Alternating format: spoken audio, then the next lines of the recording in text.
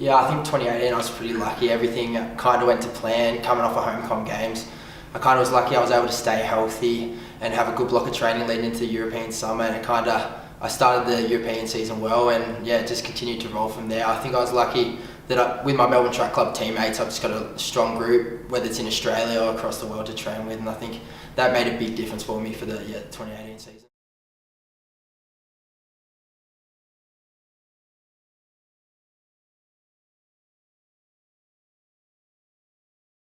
Yeah, I was coming off some pretty big races. So I'd ran 7:34 over 3K about a month before it. So I was confident going in, but it's a Diamond League final. You've got the 12 best guys in the world. So you're definitely nervous because if you don't run well, you're going to get beaten by a bit. So I was confident, but yeah, you get nervous. There's a big crowd. I think there was 50,000 people there. So I was hoping it would go well, and yeah, obviously 13:05 was a big PB. So yeah, very happy with how it went.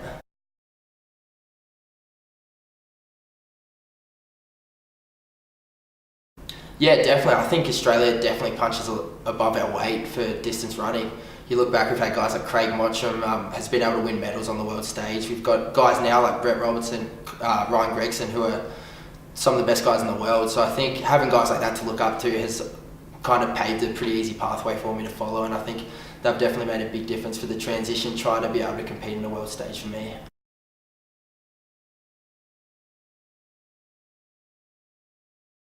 Yeah, I think the fact that I wore 4% on the track for the 10K at ZetaPex just shows how good the shoes are.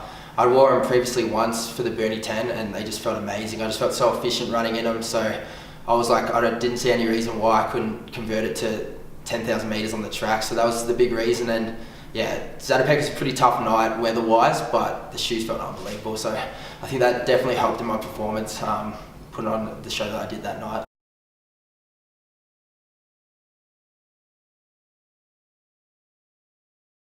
Yeah, so right now I basically do most of my running in the Pegasus 35s, but I'll also I'll use the streaks for faster reps during training, and then when I race, especially on the road, yeah, pretty much now I'll run in the 4%, and then on the track I'll race in the Nike Victory spikes.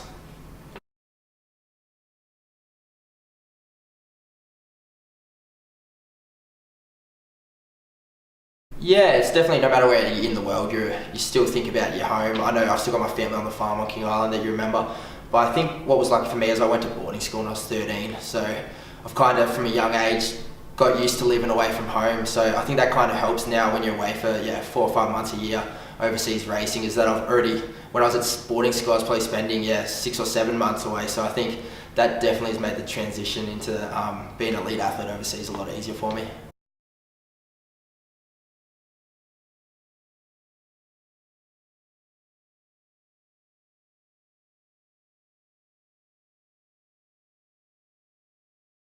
Yeah, I definitely want to focus more on the 1500 as well. I'm lucky with my training. I can train for 5K, 10K, and it works for 1500 as well. So yeah, I want to try and do them. Obviously Birmingham was a pretty special moment for me, having another Aussie, Ryan Gregson, with me to go 1-2 at a Diamond League was a big step forward for Australian distance. So that was a sweet moment, and yeah, kind of cemented the idea that I want to try and do more 1500s this year, but the 5K is going to be the focus, and I'll decide, depending how the European season goes, whether I focus on trying to do the 15 at the 2019 World Champs or the 10K as well.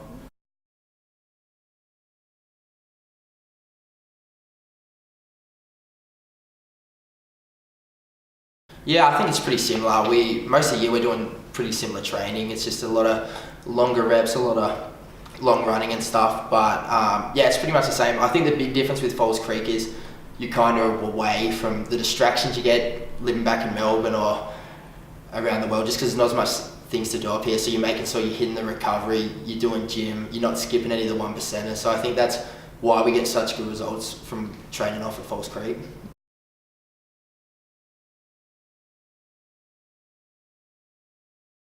Definitely. I always run really well off altitude, so I think it makes a huge difference.